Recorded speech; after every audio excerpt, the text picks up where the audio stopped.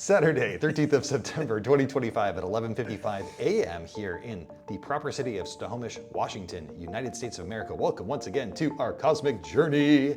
It is your dev and design astrology podcast where two boys made some hotkey improvements that we're so excited to show you about. It's designer Jake. It is engineer Trey. Hello, Trey. Hello, Jake. You are across from me, but I point to the left in order to see you, which goes to the right over there.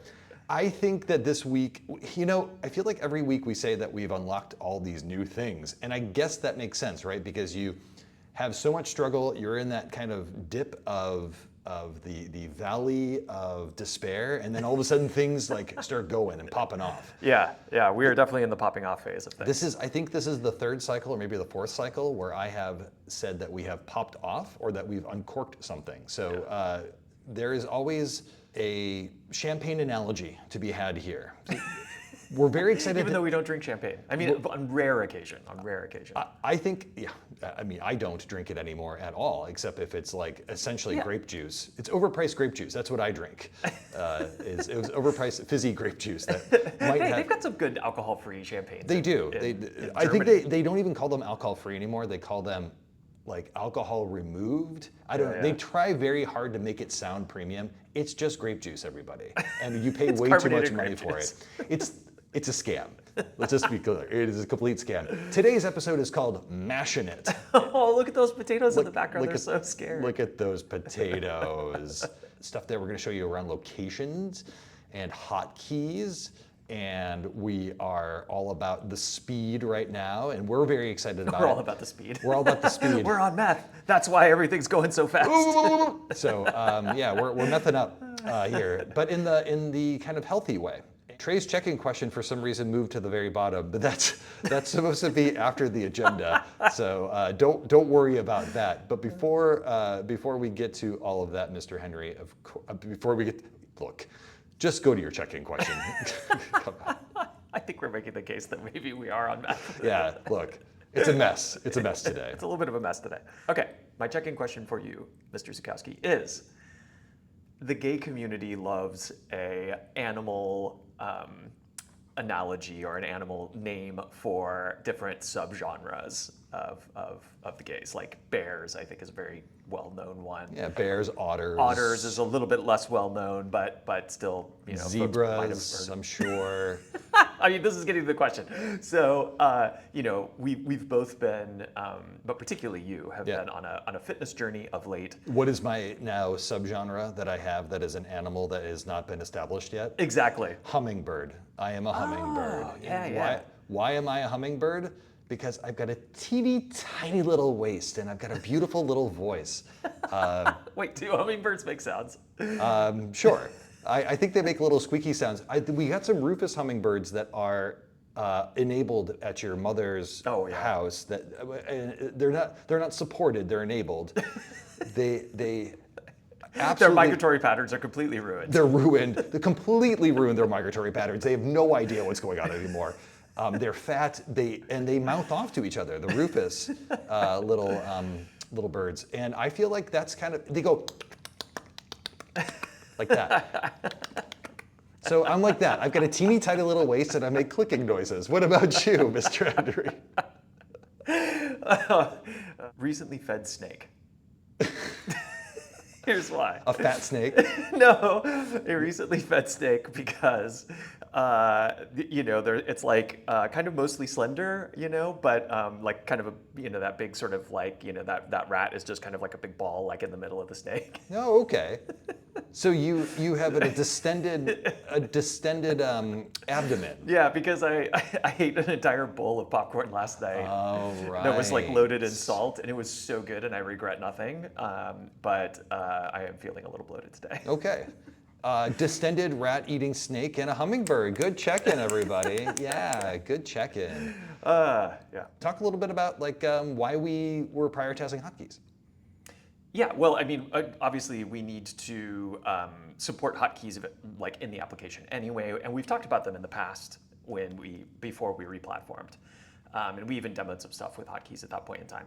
But we got them back in that we really felt like they needed to be in for even a very initial beta release because in order for us to have feature parity with something like Urania, which would be kind of embarrassing for us, the makers of Urania, to not have in our beta release, we really needed to make it very easy to move through time on a chart if you just kind of want to cruise around. Just like you can in Urania. And so, but unlike Urania, we actually have hotkeys for it. This is like going to be one of my favorite demos of all time until we get to like some of the electional stuff, just because it's crazy.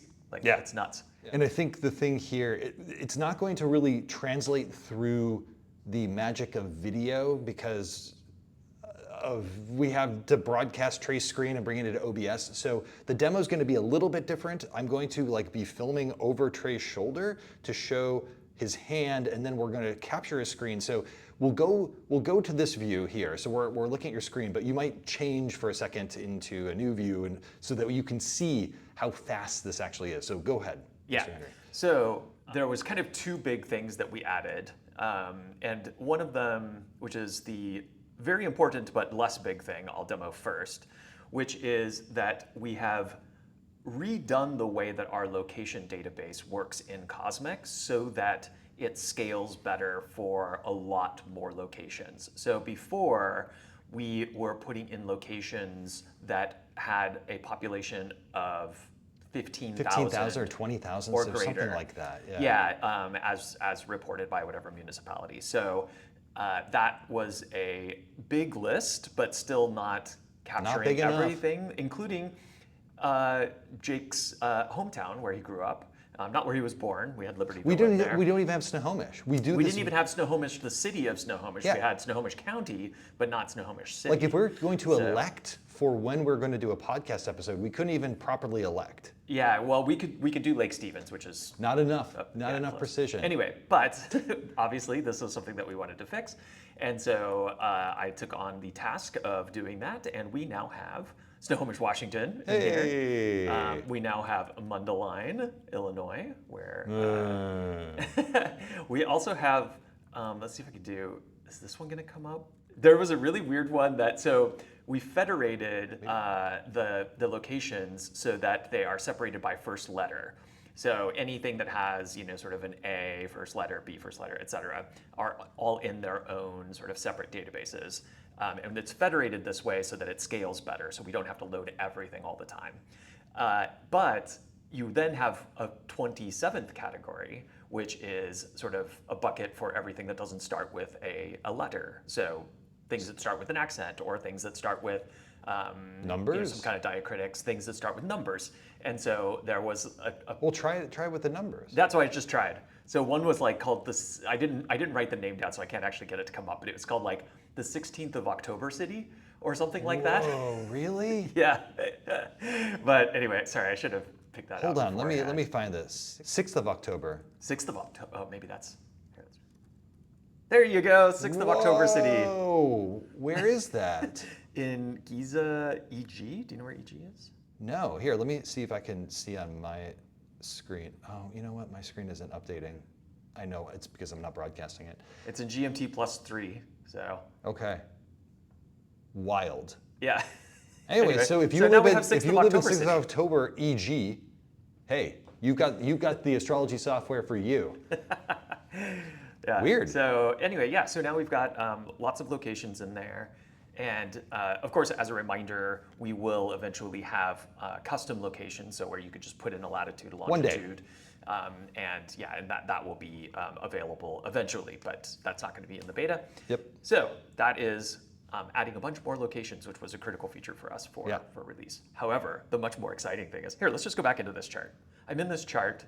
I just have a single event here, and I'm going to use the number keys. So do you want me to go ahead and actually, start why don't you recording? show it first this way, and then what we'll do is we'll do this demo again, and I'll show you what's happening with Trace hands and everything. But yeah, just show us, so you start using the number keys. Yeah, okay, so I'm gonna go, let's see, forward by hour here. It's actually coming through real fast. Is it? Yes. Okay, this is by minute. This is by second, which you can see is like, pretty slow, but you can see it updating here. Here, and I'll start filming Trace hands here. Yeah.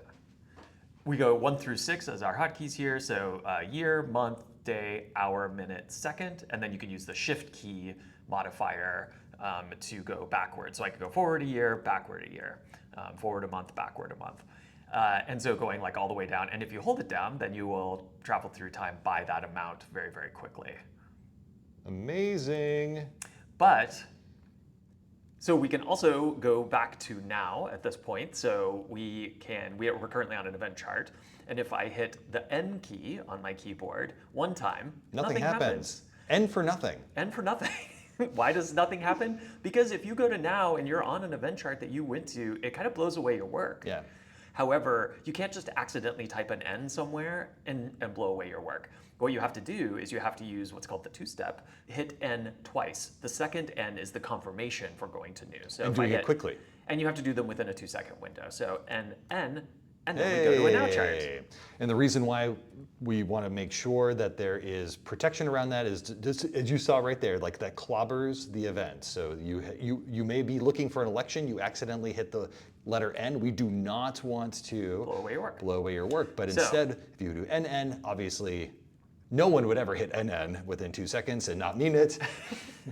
We've talked a lot about the technology stack that we've moved to, which allows us to not only provide what's called a local first application, like an application that runs primarily offline, but also that where all of the astronomical and astrological calculations are happening within the application itself, not on a server, so that we don't have to deal with network latency and things like that. But even beyond that, and even beyond, for example, what I was doing in Urania, what we've done here is we've really, really optimized things by building the Swiss ephemeris. We have compiled that into what's called WebAssembly, which runs in the browser. It's extremely fast. Because of that, we are able to not only do these ephemeris lookups, which are giving us a bunch of data, but then we're also able to take that data and do a bunch of things with it. For example, calculating aspects with all of these different aspect calculation methods, showing you essential dignity, showing you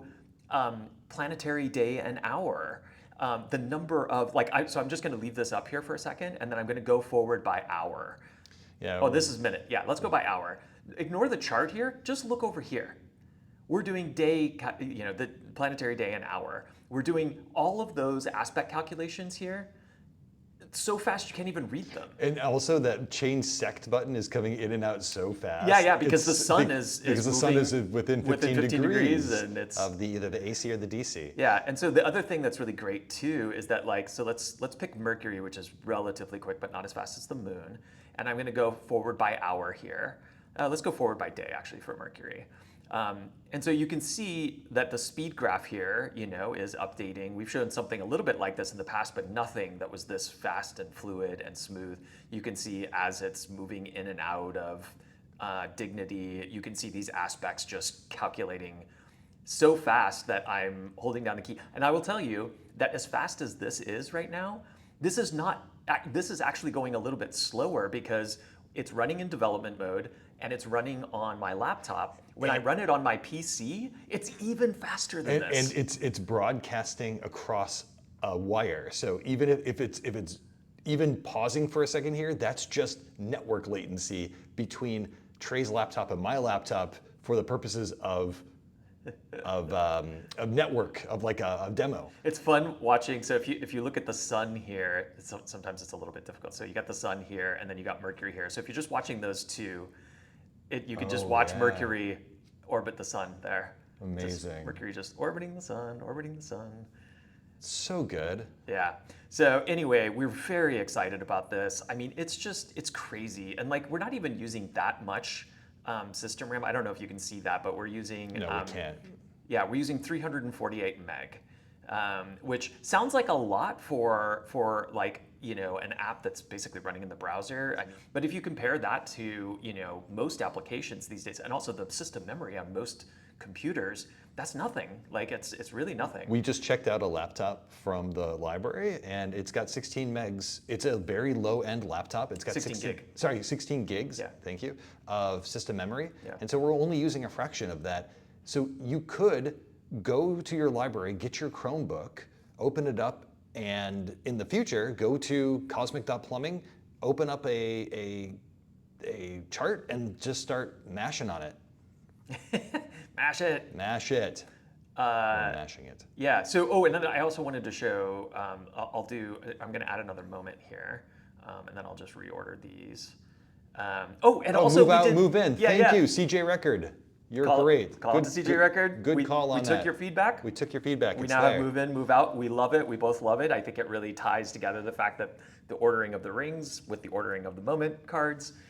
Huge milestone for us. This is the first time ever that somebody watched a video, gave us feedback on the video, and then we did something about it. Yeah. So, CJ Record, you're and amazing. also all of our other tens of viewers. We are listening. It's your we are choice. paying attention. It's your choice. We are building software for the community. We're here for you. Anyways, we're back to your screen. So yes, so I just wanted to pull up a dual chart here and move the outer ring because then our ascendant and houses will be projected out from the inner ring. So it's just a little bit less kind of jangly to watch. Oh, right. This is that bug. Oh, okay. Sorry. So we'll, in this case, we'll have a stationary inner ring, and then we'll be moving the outer ring, which gives you a little bit more of a stationary wheel there. Yeah, so if you have a birth moment over there, birth moments are a stationary moment in time, and you wouldn't want to move the birth moment, but you might want to look at transits. You might be electing for something, and that's why you do down here. Yeah. You're moving that guy down there. Yeah. So we're moving through time here. And Amazing. Yeah, That looks great. yeah. And then it's like when I'm trying to dial in, like I've been using this for elections now, and so like when I'm moving forward by minute here, and so like as I'm moving forward by minute, then I'm like, oh, okay, I'm getting close, and then you like shift backwards a few minutes or whatever. You're like, go forward a couple hours, then go backwards by minute. It really feels good. It really feels good. It's like the Urania days. This is now the spiritual successor to Urania. Yeah, we really have achieved it, I think. But what we want to do is we want to give you the ability to define electional parameters and find those elections. It's not just about the movement of the chart, it's about being able to do these calculations so fast that we can get an electional result really quickly. And we can start enabling things like this. This is now what we're talking about, an electional flow. Like this is me drawing about like what the new version of Cosmic might look like. And you start seeing this thing down here, where is it? Yank placement. And how can you use a scrubber bar so it feels a little bit more like a video that you are actually dialing in the elections. And now that we've got this great platform that you can use the hotkeys to move really fast through it, we can do other really interesting, amazing things to make it work. And we're so excited to give this to you all very soon. Yes, yeah. We're getting a lot closer, and I'm just really excited about everything that gets unlocked by being able to do these astronomical and astrological calculations so fast on the client. It's going to be great. It's amazing. Mr. Henry, we're excited. You're excited, I'm sure, at home too, by seeing all of this. You're excited every single week. What should the good viewer do and we love you with their time? We do love you. Moving forward. What you meant to say is find something to mash and mash it. Whether it's a keyboard or a potato, that's what you should be doing. Be well. I should just always be asking you that question. I don't know why you ever think that you shouldn't be asking me that question. Be well. Take care. Thank you for joining us this week. We loved seeing your faces every single week. We hope you have a lovely weekend or whatever day you watch this video. We're going to see you again next week. And until then, be well, take care. We love you. Goodbye. Bye.